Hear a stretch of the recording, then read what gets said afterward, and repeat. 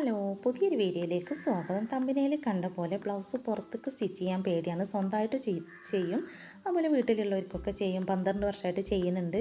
അപ്പോൾ പുറത്തേക്ക് സ്റ്റിച്ച് ചെയ്യാൻ എന്താ അറിയില്ല, പേടിയാണെന്ന് പറഞ്ഞിട്ട് എനിക്കൊരു കമൻറ്റ് വന്നിട്ടുണ്ടായിരുന്നു കേട്ടോ.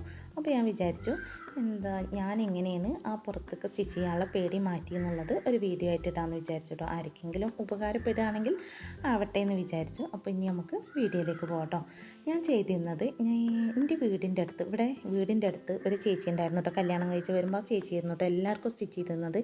എനിക്കൊക്കെ ചേച്ചി തന്നെയായിരുന്നു സ്റ്റിച്ച് ചെയ്തിരുന്നത്.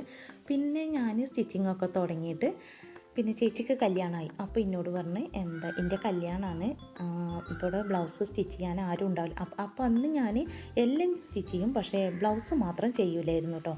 അപ്പോൾ ചേച്ചി പറഞ്ഞു ആർക്കും ബ്ലൗസ് ഉണ്ടാവില്ല, സ്റ്റിച്ച് ചെയ്യാൻ ആരുമില്ല, അപ്പോൾ ഈ ബ്ലൗസൊന്നും സ്റ്റിച്ച് ചെയ്യാൻ പഠിച്ചാളാന്ന് പറഞ്ഞു കേട്ടോ. അപ്പം ഞാനോ ബ്ലൗസോ എന്നൊക്കെ ചോദിച്ചോട്ടോ ഞാൻ. അപ്പോൾ എന്താ ഈ കുഴപ്പമൊന്നുമില്ല, ഈ പഠിച്ചോ, ഞാൻ പറഞ്ഞുതരാം, കട്ടിങ്ങും സ്റ്റിച്ചിങ്ങും ഒക്കെ ഞാൻ പറഞ്ഞുതരാം, അപ്പോൾ എന്നെക്കൊണ്ട് പറ്റും, ഈ സ്റ്റിച്ച് ചെയ്താൽ കുഴപ്പമൊന്നും ഉണ്ടാവില്ല, എന്നെക്കൊണ്ട് പറ്റും എന്നൊക്കെ പറഞ്ഞു. അപ്പോൾ എനിക്കൊരു ഇഷ്ടമായിട്ടോ, എന്നെക്കൊണ്ട് പറ്റും എന്നൊക്കെ പറയുമ്പോൾ നമുക്കൊരു മോട്ടിവേഷനാണല്ലോ. അപ്പം ഞാൻ പിന്നെ അതിന് നമുക്ക് തുണി വേണമല്ലോ അല്ലേ അതിന്.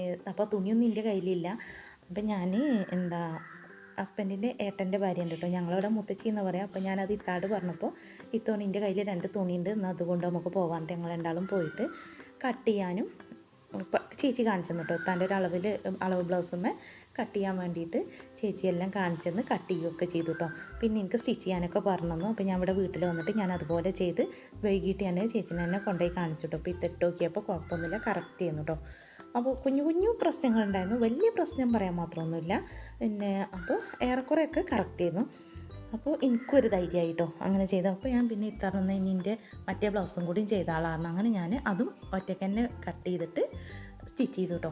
അപ്പോൾ അത് അതിലേറൊന്നും കൂടെ നന്നായപ്പോൾ എനിക്കൊരു ധൈര്യം വന്നു കേട്ടോ. അപ്പോൾ എനിക്ക് തോന്നി എനിക്ക് കഴിയും എന്നുള്ളൊരു ധൈര്യം വന്നു കേട്ടോ. അപ്പോൾ ഞാൻ എന്ത് ചെയ്ത്, അപ്പോൾ പിന്നെ ഇത് പുറത്തേക്ക് ചെയ്യണമല്ലോ, അപ്പോൾ എന്താ ചെയ്യാമെന്ന് വിചാരിച്ച് ഇങ്ങനെ നിന്നപ്പോൾ അല്ല, അപ്പോൾ ഒരു ഒറ്റ ദിവസം കൊണ്ട് ഞാൻ ബ്ലൗസ് കട്ട് ചെയ്യാനും സ്റ്റിച്ച് ചെയ്യാനും പഠിച്ചിട്ടുണ്ട് കേട്ടോ.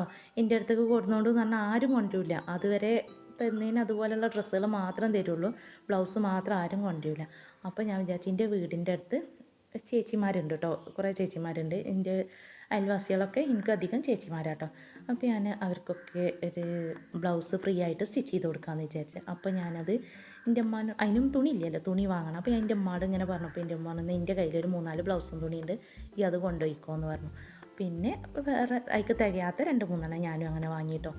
അപ്പോൾ പിന്നെ ഒന്നിച്ച് ഞാൻ എല്ലാവർക്കും സ്റ്റിച്ച് ചെയ്തില്ല. ആദ്യം ഒരു ചേച്ചീൻ്റെ അളവ് വാങ്ങിയിട്ട് ഒരു ചേച്ചിക്ക് സ്റ്റിച്ച് ചെയ്ത്, എന്നിട്ട് ചേച്ചീനോട് അതിൻ്റെ പോരായ്മകൾ എന്തൊക്കെ ഉണ്ട് സ്റ്റിച്ച് ചെയ്ത് കൊടുത്തിട്ട് ഇട്ട് നോക്കിയപ്പോൾ എന്തൊക്കെ പ്രശ്നങ്ങളുണ്ട്, അതിൻ്റെ പോരായ്മകൾ എന്തൊക്കെയെന്നൊക്കെ ഞാൻ നോക്കുകയും ചെയ്തു, ചേച്ചീനോട് പറയുകയും ചെയ്തു. കാരണം എനിക്കറിയില്ല, ഞാൻ ബ്ലൗസ് അന്നും ഇടലില്ല. അപ്പോൾ അതുകൊണ്ട് അതിൻ്റെ ഒരു ഐഡിയ എനിക്കറിയില്ല ബ്ലൗസിനെ കുറിച്ചിട്ടുള്ള.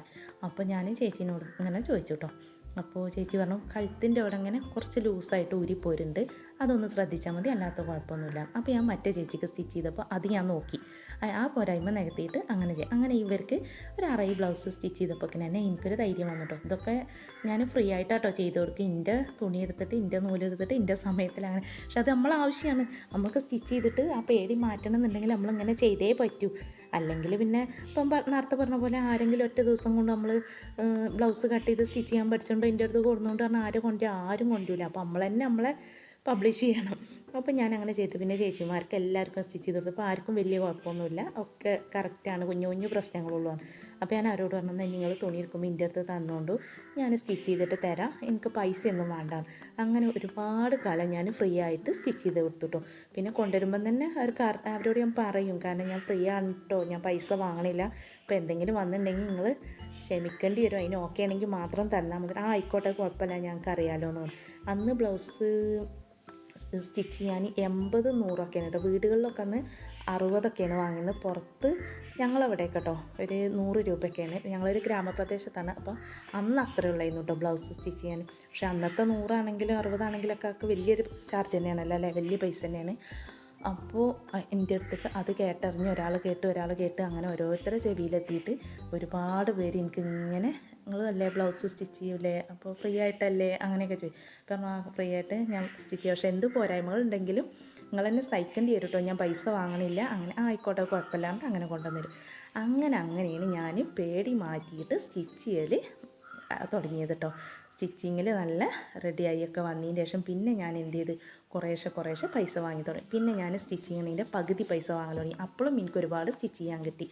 അങ്ങനെ എൻ്റെ ആ പേടി മാറ്റിയിട്ട് പിന്നെ ഞാൻ ചാർജ് കൂട്ടി വന്ന് ഇപ്പം ഞാൻ ഞങ്ങളുടെ നാട്ടിലുള്ള ചാർജ് വാങ്ങൽ തുടങ്ങി കേട്ടോ. അപ്പം എൻ്റെ വീഡിയോ ഉപകാരപ്പെട്ടാൽ വീഡിയോ ഒന്ന് ചാനൽ സബ്സ്ക്രൈബ് ചെയ്യുക, കമൻറ്റ് ചെയ്യുക. പിന്നെ അപ്പോൾ ബ്ലൗസിനെ പറ്റിയാണ് പറഞ്ഞതെന്നുണ്ടെങ്കിലും ഇതിൽ കാണിക്കുന്ന ഡ്രസ് കോഡിനെ പറ്റിയിട്ടാട്ടോ. ഇത് എനിക്ക് ഇന്നലെ സ്റ്റിച്ച് ചെയ്യാൻ വേണ്ടിയിട്ട് കിട്ടിയ ഡ്രസ് കോഡുകളാണ് 28-ാം തീയതിയത്തെ കല്യാണത്തിന്. അപ്പോൾ അടുത്തൊരു വീഡിയോ ആയിട്ടും വരുന്നത് വരെ ഓക്കെ ബൈ.